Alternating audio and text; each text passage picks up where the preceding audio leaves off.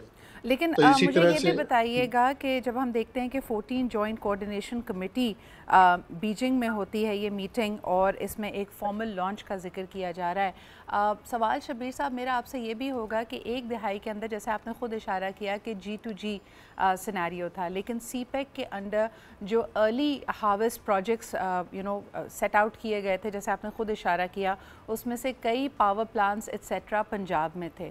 اس وقت ان کی کیا سچویشن ہے؟ کیا وہ فعال طریقے سے نیشنل گریڈ میں انرجی سپلائی کر رہے ہیں؟ انرجی سرپلس ہے، لیکن دوسری طرف جو ہمارے ڈیپر پرابلمز ہیں جس کے اندر سب سے بڑی چیز تو یہ آتی ہے کہ ہمارے چاروں صوبوں کی کیپیسٹی میں بہت فرق ہے، گورنمنٹ مشینری کی کیپیسٹی میں بہت فرق ہے، اور جب ہم کسی بھی پروجیکٹ کا تہیہ کرتے ہیں کیا وہ انٹیگریشن، وہ الائنمنٹ صوبوں کے درمیان اور پولیٹیکل پارٹیز کے درمیان، عہدیداران اور بیوروکریسی کے درمیان موجود ہے کہ ہم اس کو اب فاسٹ ٹریک کر پائیں؟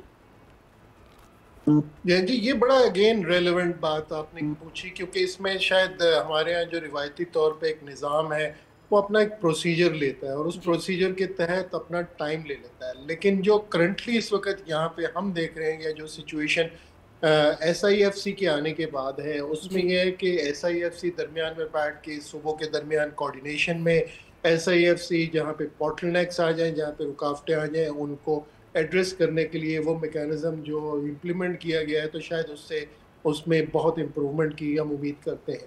لیکن جہاں تک کہ یہ CPEC سے ریلیٹڈ انرجی اور IPPs کا تعلق ہے، اگین یہ بھی ایک چیلنج ہے. اس وقت جس وقت یہ آئے تھے اور کول پاور بیس تھے اور اس وقت جب یہ گراؤنڈ پہ ضرورت تھی تو اس وقت ڈیسپریٹ سچویشن تھی ملک کی جس کے اندر بجلی کے بہت بڑے بڑے لوڈ شیڈنگ کے ٹائمز تھے اور تکلیف سے تمام پاکستان گزر رہا تھا. لیکن اب اس وقت سچویشن اس کی بالکل چینج ہو چکی ہے کیونکہ وہ سرپلس بجلی آ گئی ہے اور اس وقت جتنی ہماری پاور جنریشن ہے اتنی کنزمپشن نہیں ہے. جو کیپیسٹی ہے وہ ہمارے لیے بہت we are living in parallel realities. آپ بالکل درست فرما رہے ہیں کہ سرپلس انرجی ہے لیکن ساتھ ساتھ اکاؤنٹیبلٹی ہونی چاہیے. بجلی کی چوری بھی اپنی جگہ اسی بڑے نمبرز کے ساتھ موجود ہے. سرکولر ڈیٹ کی اگر ہم بات کریں تو Sindh unfortunately happens to be a big defaulter followed only by Punjab. یعنی پاکستان کے دو بڑے صوبوں کے جو بجلی سے ریلیٹڈ واجبات ہیں وہ پے نہیں ہوئے ہوئے اور یہ جو نمبرز ہیں یہ ملینز میں ہیں. لیکن again I would like to come back to it کہ ایک نیا لانگ ٹرم پلان بنایا جا رہا ہے جس کو اگلے 90 دن میں فائنلائز کیا جائے گا. اس میں آپ کیا تصور کر رہے ہیں کہ اس وقت کون سے پروجیکٹس کو فاسٹ ٹریک کیا جائے گا؟ کیونکہ یہ تمام جو ابھی تک ہمارے سامنے آپ نے خود بھی جیسے M1 ریلوے اپ گریڈ کا ذکر کیا، یہ لانگ ٹرم پروجیکٹس ہیں، اس میں وقت لگے گا، اس میں وسائل لگیں گے. تو فاسٹ ٹریک کس کو کیا جا رہا ہے؟ سیکوینسنگ آف پرائیورٹیز کے بارے میں اگر ہمارے ویورز کو آپ کچھ بتانا چاہیں. جی اس میں کچھ اور چیزیں بھی ہیں جو بڑی امپورٹنٹ ہیں جس میں ڈیجیٹل انہانسنگ کرنی جا رہی ہے. فائبر آپٹک ڈالی جا رہی ہے اور فائبر آپٹک خاص کر یہ چائنا سے اسلام آباد تک ڈائریکٹ ڈالی جائے گی، راولپنڈی تک. اسی طرح ایگرو بیسڈ کے کچھ پروجیکٹس ہیں جس کے اندر ایکچولی چائنا کی ہیوج ریکوائرمنٹ ہے اور وہ سیسم سیڈ کی کانٹریکٹ پرچیزنگ کے اندر وہ جانا چاہتے ہیں. اسی طرح یہ جو انہوں نے مختلف قسم کے یہاں پہ اسپیشل اکنامک زونز بنائے ہیں، اس زونز کے اندر اگر ہمارے جس طرح آلریڈی اس وقت آپ نے دیکھا ہو کہ یہ سارا پرائم منسٹر جو ابھی ہمارے گئے تھے وہاں پہ اور کافی سارے MOUs اور کچھ JVs وغیرہ وہاں پہ ہماری ہوئی ہیں چائنا میں ریسنٹ پاس میں. تو یہ اسی سلسلے کی سارا تسلسل ہے جس کے اندر اب industrial set up is plan to be coming back to Pakistan اور وہ ان کے کوارڈینیشن کے ساتھ پاکستان ان کی ٹیکنالوجی کو یوز کر کے یہاں پہ استعمال کرنے کے پروگرام میں ہے. اور وہ جو B2B ہوگا تو اس میں ڈیفینیٹلی بہت ساری جابس کریشن ہوئیں گی اور جابس کریشن ہوئیں گی اور انٹرنیشنل. شبیر صاحب آپ کی بات کو آگے بڑھاتے ہوئے چائنا اور پاکستان کے ٹائز مزید مستحکم ہوں گے اور کہا یہ بھی جا رہا ہے کہ یہ روڈ میپ جو اگلے 90 روز میں پریزنٹ کیا جائے گا یہ کمپلیٹلی الائنڈ ہے پاکستان کی 5 ایز پالیسی فریم ورک سے. یہ 5 ایز کیا ہیں؟ آپ کی ایکسپورٹس، ای پاکستان یعنی digital Pakistan, energy and environment, and most importantly equity and empowerment, تاکہ خواتین کو اور جو چھوٹے صوبے ہیں، people with special need, certain communities جو یعنی جو مین سٹریم دھارے میں پروگریس کے نہیں ہیں ان کو بھی اس میں لایا جائے. آخری چھوٹا سا سوال کرنا چاہوں گی شبیر صاحب، مجھے بتائیں جیسے آپ نے کہا کہ from G to G it is now moving to B, اور اکثر پاکستان کے ابھی جو صورتحال ہے اور دنیا بھر کی جو صورتحال ہے ہم فورن ڈائریکٹ انویسٹمنٹ کو اس طرح ٹریک نہیں کر پاتے.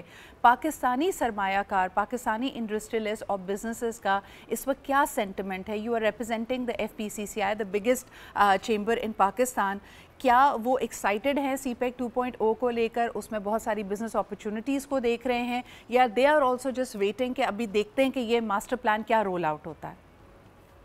یقیناً پہلی بات تو یہ ہے کہ ماسٹر پلان کیا رول آؤٹ ہوتا ہے، لیکن ایکسائٹڈ ضرور ہے کیونکہ پاکستان جب لیپ فارورڈ کرتا ہے تو اس میں بہت امپورٹنٹلی ہم فیل کرتے ہیں کہ بہت ساری بزنس کی اپرچونٹیز ہیں اور وہ ون ون سچویشن کریٹ کرتی ہے پاکستان کے لیے بھی. لیکن یہاں پہ موقع یہ ہے کہ ایک امپورٹنٹلی میسج یہ ہے کہ consistency of policies in terms of the taxation, in terms of the interest rate, in terms of the power sectors, یہ انتہائی ضروری ہے. اگر کنسسٹنٹ پالیسیز نہیں ہوگی، کیونکہ کوئی بھی پروجیکٹ آتے ہوئے آپ نے دیکھ لیا کہ کتنا ٹائم لگا ہے اور یہ کوئی ایک دن میں آ کے اور کمپلیٹ نہیں ہوگا، اور اس کو کسی بھی گورنمنٹ کے آنے جانے سے امپیکٹ نہیں ہونا چاہیے. انفیکٹ پاکستان کی لانگ ٹرم پالیسی 10 سالہ 15 سالہ، اور ایک آدمی پیس آف مائنڈ سے اپنے انڈسٹریل سیکٹر میں جو بھی انویسٹمنٹ کرتا ہے پھر اس کو پراسپر ہونے کا پورا موقع ملنا چاہیے. بہت بہت شکریہ شبیر صاحب، آپ ہمارے ساتھ موجود تھے. Major opportunities for Pakistani business man to scale up, to actually look at impact. یہ صرف اور صرف پروفٹ میکنگ کا ذریعہ نہیں ہے، بلکہ یہ کوانٹم لیپ کی بات کی جا رہی ہے، ایک ایسی لیپ جو آپ کو دنیا میں سر فہرست کھڑا کرے گی، اور خاص طور پہ جو آپ کا دیرینہ خواب تھا کہ پاکستان ایک رائزنگ ایشین ٹائیگر ہو، ایک دفعہ پھر پاکستان کے سامنے ایک سنہری موقع ہے. لیتے ہیں ایک چھوٹا سا break. We are going to be back with more segments and stories. Stay with us and keep watching Aaj Pakistan with me, Sidra Iqbal.